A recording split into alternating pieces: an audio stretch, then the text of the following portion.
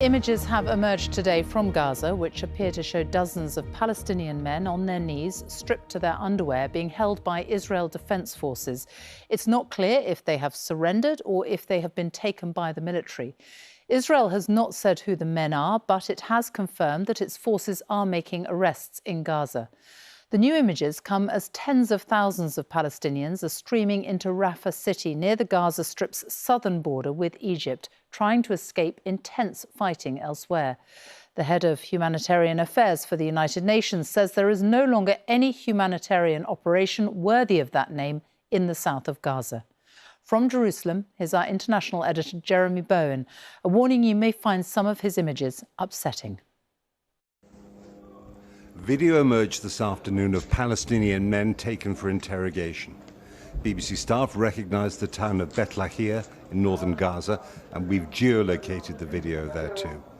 Palestinian diplomats said these were savage images, evoking humanity's darkest times.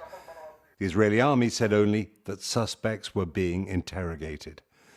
Posts on social media said the men had been sheltering with their families at a UN school and that others were killed during the Israeli raid.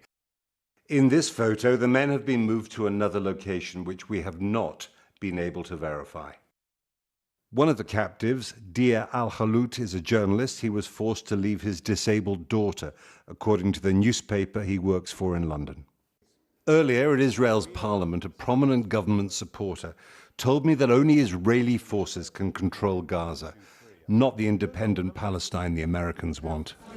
I think that when we talk about two-state solutions, we are using three words and three lies.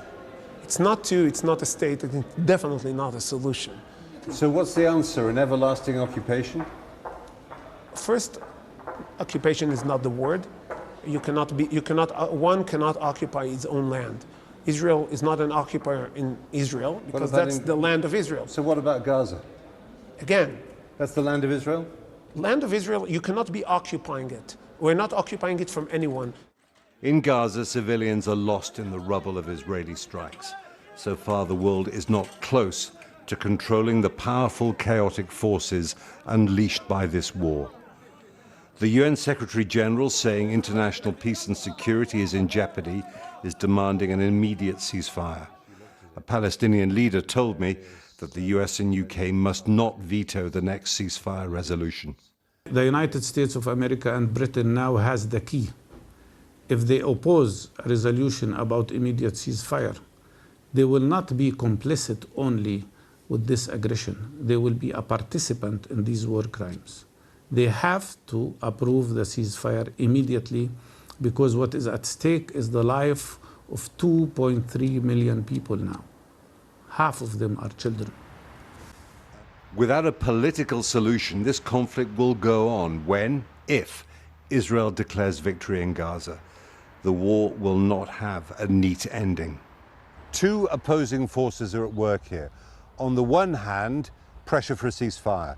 On the other, the determination of the Americans and the British to give Israel the time it needs to achieve its objectives. And one Western diplomat I talked to was thinking about perhaps another month.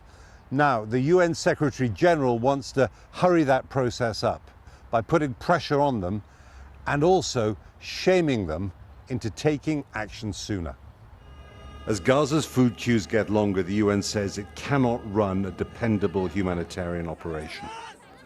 With hungry people jumping warehouse fences, Israel says world peace requires Gaza's liberation from Hamas, and that will take force. Jeremy Bowen, BBC News, Jerusalem.